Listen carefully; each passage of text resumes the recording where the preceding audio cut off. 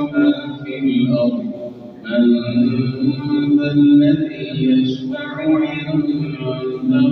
إلا بإذنه يعلم ما بين أيديهم وما خلفهم ولا يحيطون بشيء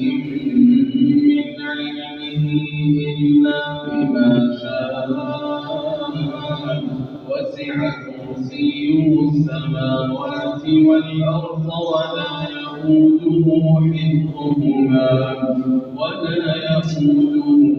حفظهما وهو العلي العظيم لا إكراه في الدين قد تبين الرشد من الغي